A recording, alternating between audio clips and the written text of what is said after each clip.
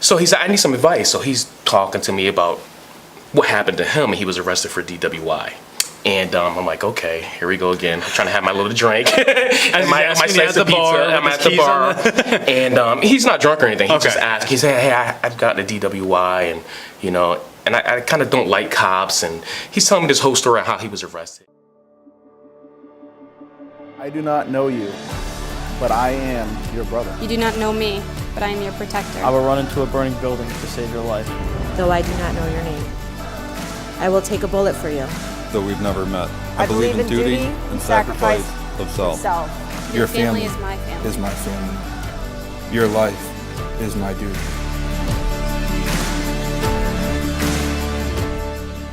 What's going on, guys? Time for another episode of Behind the Uniforms. Now, I think many people, when they see a cop walk into their office, especially when they have this much alcohol, would probably freak out. But I invite them in here, and I've invited this officer in to come share a couple stories today. For those of you who are watching this for the first time, here's how we roll. They bring in a bottle of whiskey for us to share a cocktail and to share with future Leos, veterans, first responders, and they share two stories. A difficult one and a positive one. The whole idea behind the Behind the Uniform series is to showcase the stories behind the men and women who serve our communities and our country, and to really humanize them and show that at the end of the day, they want to go home to their families just like us. So I'm gonna let you introduce I'm really excited. No one's ever brought a gift wrapped. Well, I mean, this is nice, man. Where I'm from, you bring something, you wrap it up. I like that. Oh, I like that a lot. Is this from Connecticut? Yes. What do we have? Brantford. It's a super bourbon whiskey, and I have to tell you the story behind. Yeah, please. Tell them who you are first, by the way. First of all, my name is Otis Baskins. I've been a police officer for 10 years. I've been on a SWAT team for 8 years, and I'm a firearms instructor. So that's enough of that. You could teach me how to be a better shot.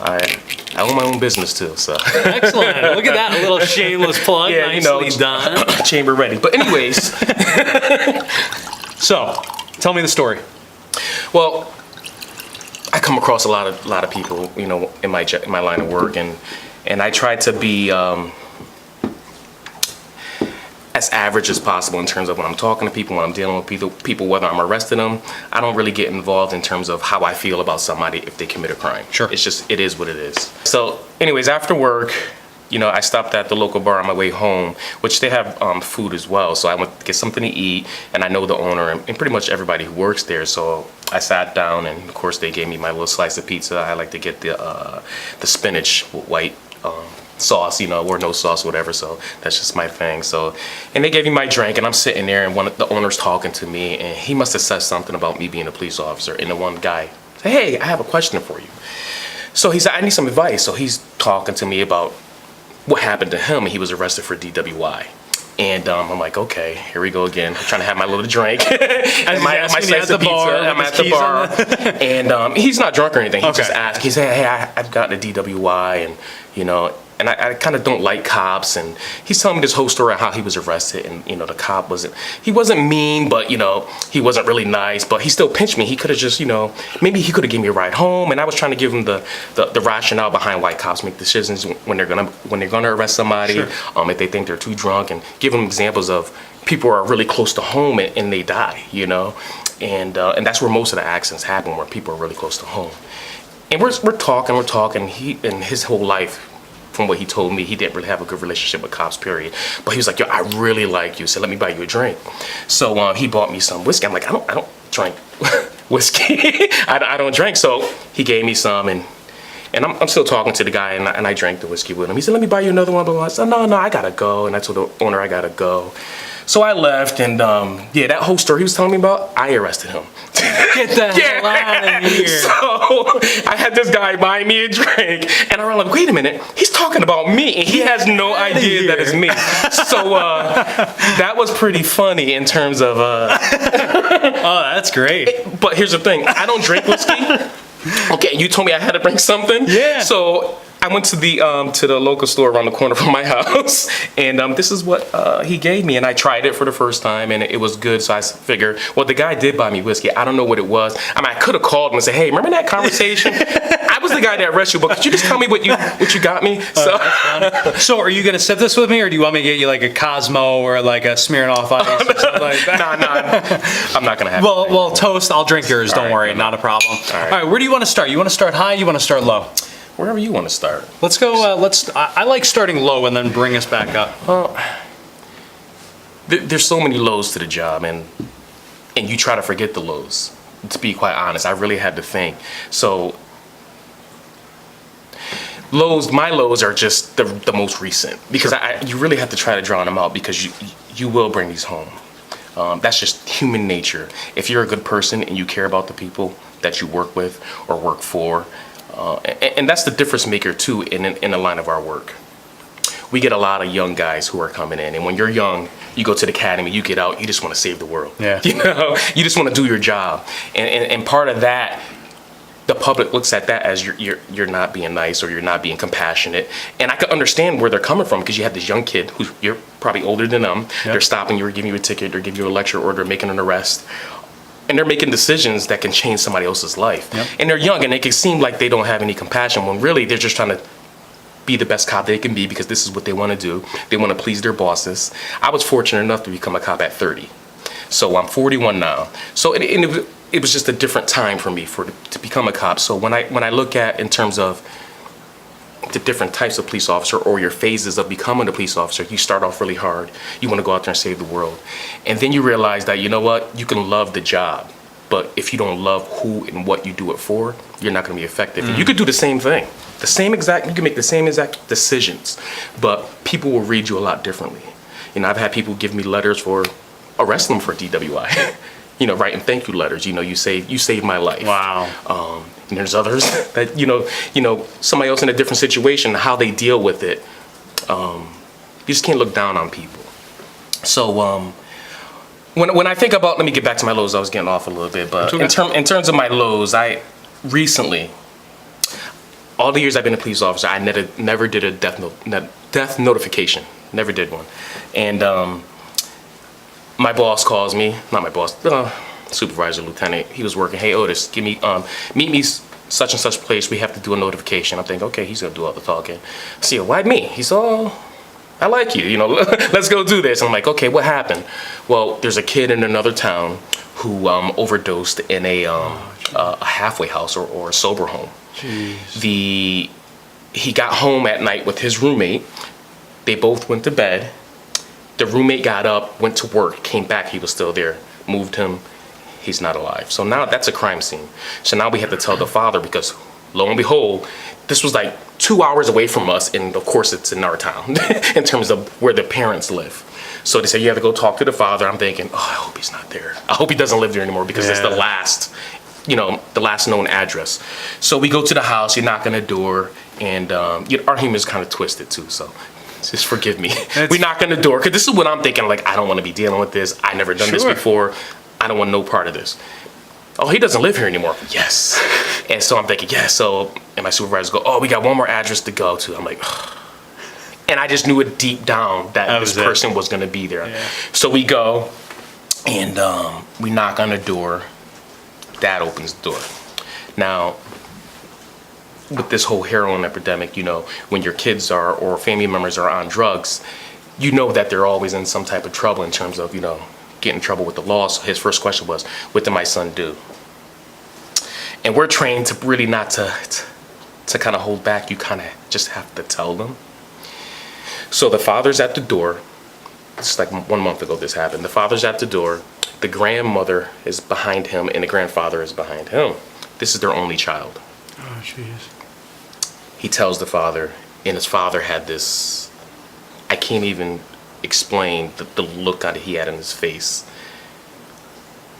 And he was drinking at the time. Not that it's a bad thing. He's home, he's not driving. He walks outside, both knees hit the ground, face into the ground. So I'm over there with him, and I'm like, oh, this is not good. Which I knew it wasn't gonna be good anyway. You have to tell somebody a story like this, and then the grandmother screaming at the top of her lungs. And the grandfather he had a cigarette in his mouth. Just something, little things you remember, and he just couldn't even lift. I don't smoke, but the cigarette was kind of just dangling out of his mouth. And so we're telling them, and there's not really much you can do except just stay there with them for a little bit.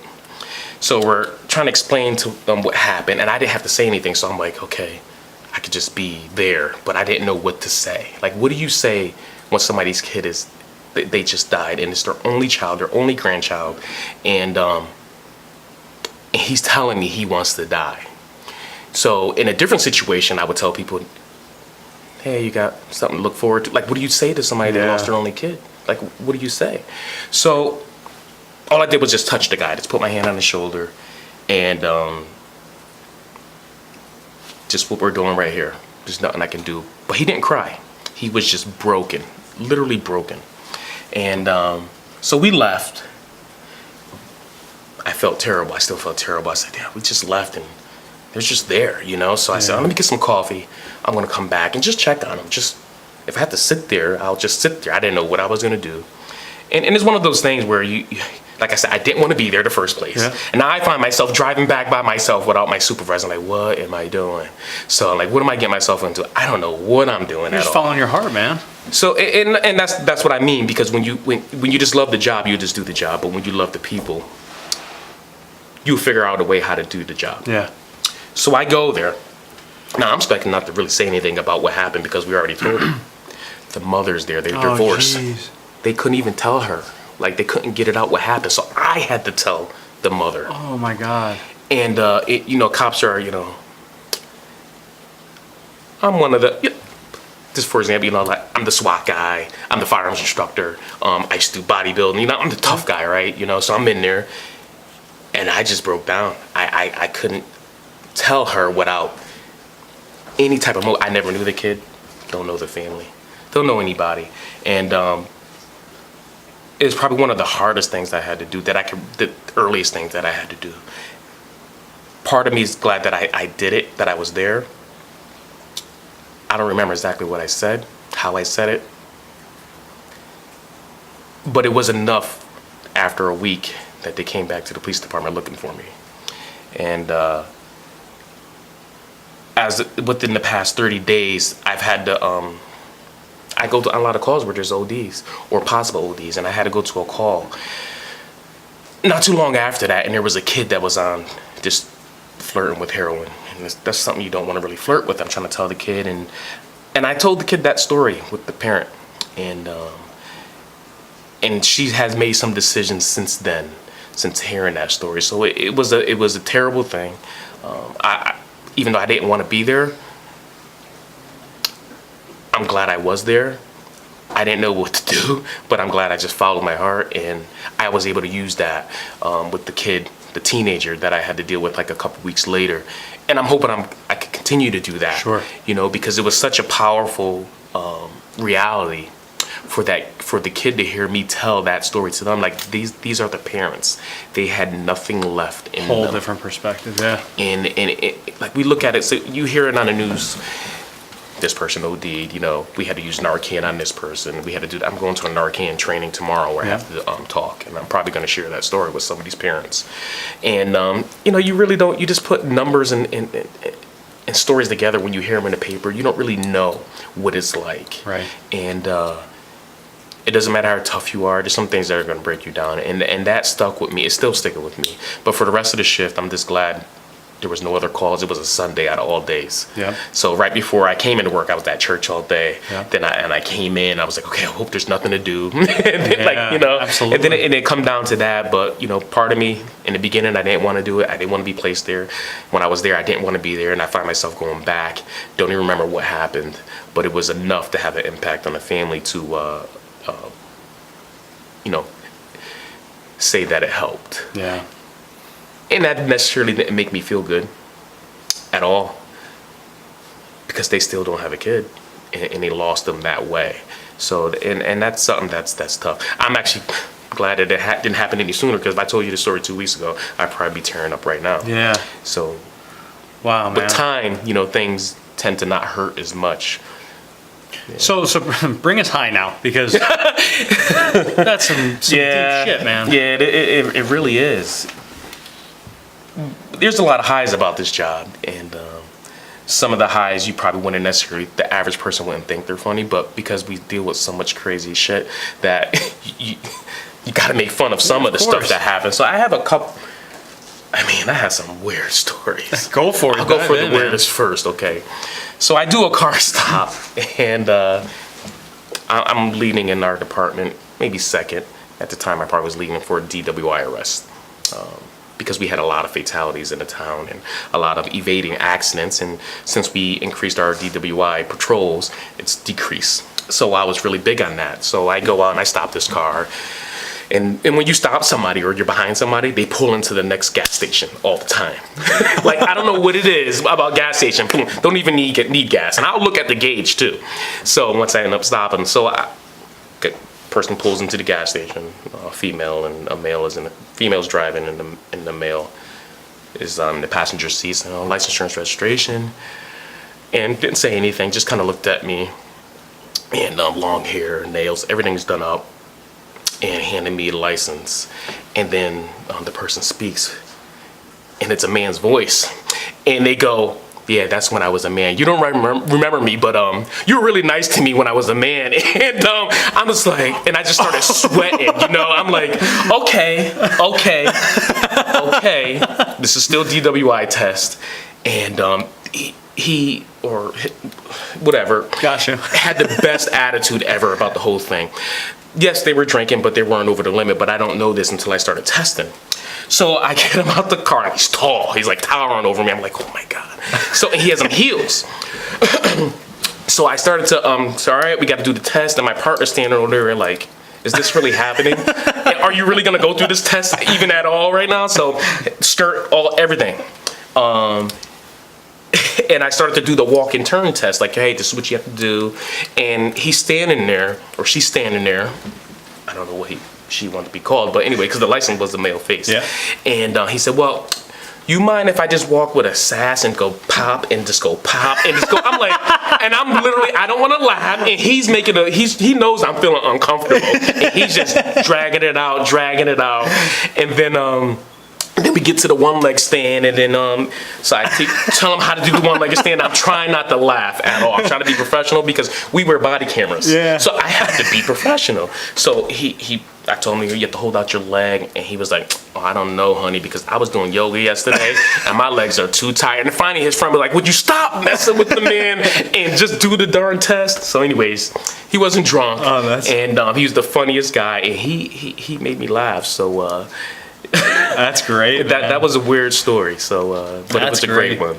That's good stuff. Well, again, the whole idea behind this is to show that, people seem to have this perception that you put on a uniform and you're somebody else. They see, it's funny you say that because I teach fair and impartial policing, and part of that is talking about normal human bias and what we tend to judge people on. If I don't know you, they don't know me.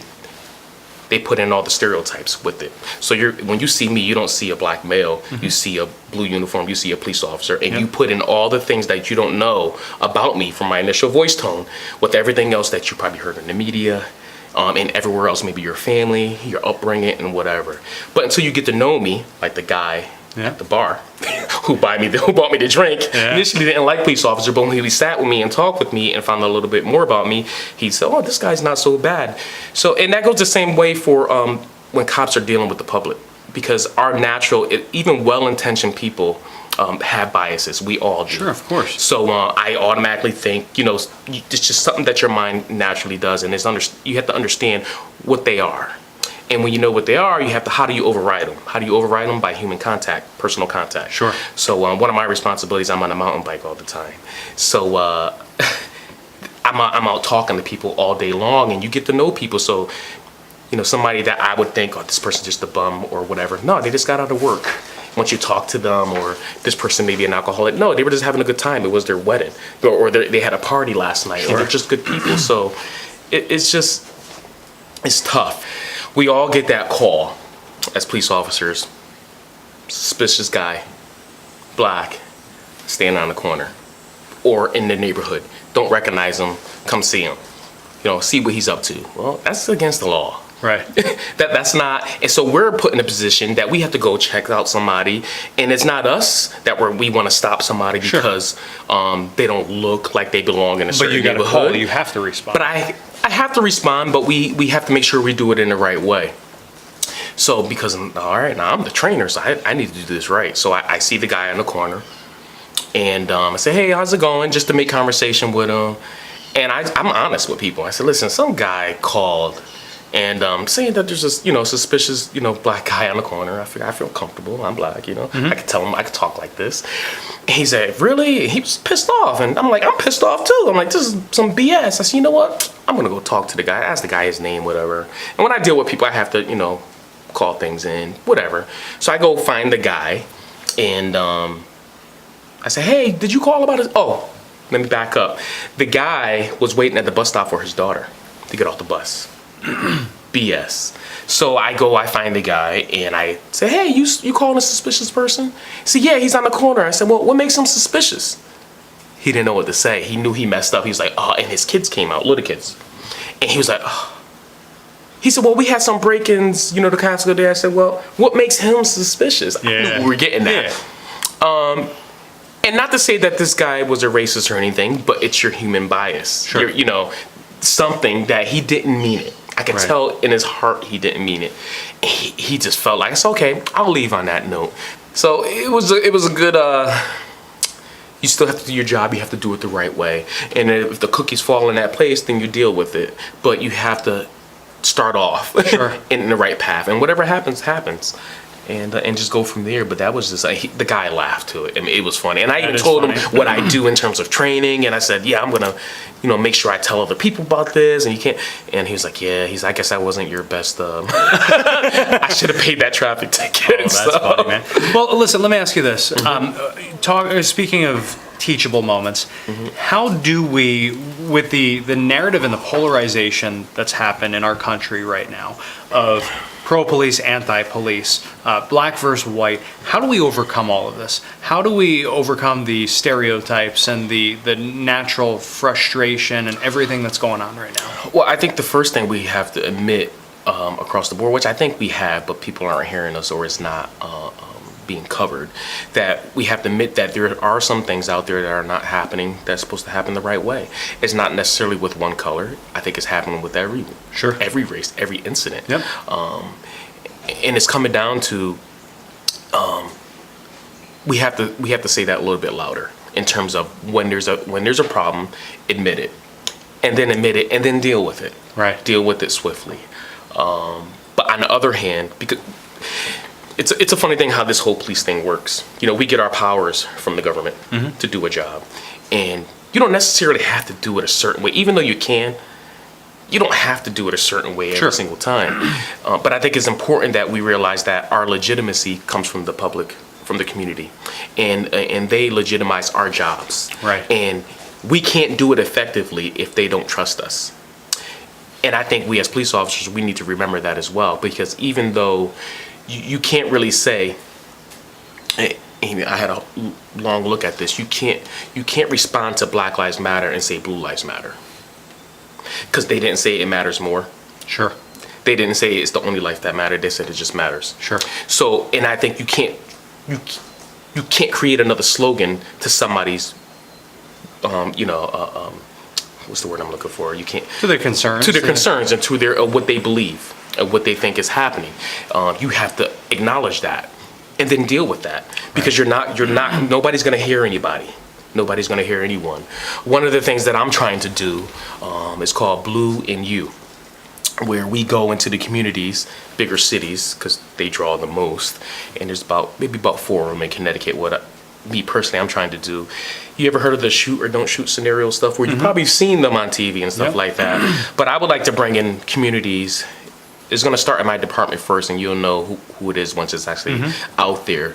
We're bringing in people from Black Lives Matter, ACLU, NAACP, any community activists, and I want to give them training on what we've been doing in terms of fair and impartial policing. Awesome. To let them know that this is what we're doing, because people don't know we're doing it. Right. Some cops don't even know we're doing it. So when I do the training for the first time in these research, they were like, oh, I didn't realize we were doing something like this. So give them a basis of what we're talking about. and having them understand that this is all about human nature. It's not about the police. Yep. Because this problem happens with lawyers, doctors, No doubt. you know, different professions. You're going to have this problem unless we all talk about it. It's not a police problem. It's Right. not but somehow we're holding the banner to racism, because there's other things in the criminal justice system that could be fixed. No doubt. And I think it's more so on that end when we start getting to courts and sentencing and crimes and minimum sentences and stuff like that. Yeah. So, but I think so. What we're trying to do is do a training like that for a group of people, just a week-long thing or maybe a couple-day thing. Then do a use of force training with these people, and then have them go through our simunition or there's a computer system out there that you could do a shoot or don't shoot situation, and have them go on ride-alongs. Awesome. With these police officers, because you never really hear about anybody from Black Lives Matter doing a ride-along. Right. How do you get to know somebody? And even as police officers, what is their real message? I'm pretty sure it's not what they're putting in the media. Yeah. What is your real message? What are you really out there to do? What are you looking to do? What are you looking to get? So how are we going to get that information? If we're having meetings with them, if they're being a part of our police department, being a part of the solution, instead of you need to do this. So we're telling them, hey, you need to do this, and they're telling us, no, you need to do that. Right. And then you have the government in the middle, and then when an incident arises, it's a shaky situation. Yeah. And it's tough because it's different on the other side of the country. That's just the reality. And I think it has a lot to do with training. I think it has a lot to do with the process of becoming a police officer. Like over in the South, Midwest, a lot of times they have to be in the jails first for about a year, 6 months to a year. Now imagine a correction officer working in corrections and then having to go to deal with people in the community, working out in the street as a regular patrolman or a sheriff or something like that. It's different. It's a different way to look at it. And I think the only way to overcome is they really have to, we always say community policing. Well, the community needs to be involved with us too. Absolutely. So we can get out there as much as we can, as much as we want, because I'm going to have people that still don't like me because of what they've heard. They're not going to give me a chance. Of course. Well, listen, man, that's the whole idea behind this entire series, is that we show that at the end of the day, you're out there trying to bring together a community, and you want to go home to your family, just like everybody else. So Yeah, and I want people to go home to their families. you know? absolutely. Well, guys, for everybody watching, again, we ask that you take 2 seconds, hit the share button. Let's get these stories out there. It's so important if we're going to really forge these relationships to share the positive, the difficult, the negative, and everything that's being done to overcome that. So, officer, thank you for joining. All those of you, thank you for sharing. God bless America.